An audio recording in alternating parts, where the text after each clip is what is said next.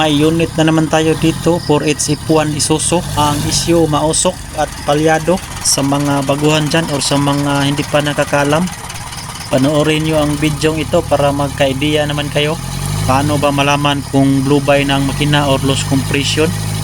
At focus tayo dito sa tuyo-tuyo natin. Dito tayo magsimula sa air flow meter. Okay naman, may hangin na lalabas, ibig sabihin okay ang kanyang PCB valve, hindi siya barado. At dito tayo sa oil cap, may usok na konti. At proceed tayo dito sa dipstick para magkaalaman na. At RPM natin ng todo, boom, panis, ibig sabihin blue by ng makina or loss compression. At kailangan na itong i-overhaul. At i-compare natin to sa ibang unit. Isang unit tayo dito na puti, ganon din ang makina for HF1. At RPM natin din to ng todo para magkaalaman na.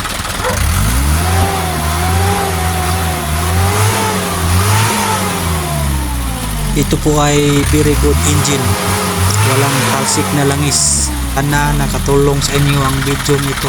I-share naman para malaman din ng iba. Thank you, thanks for watching.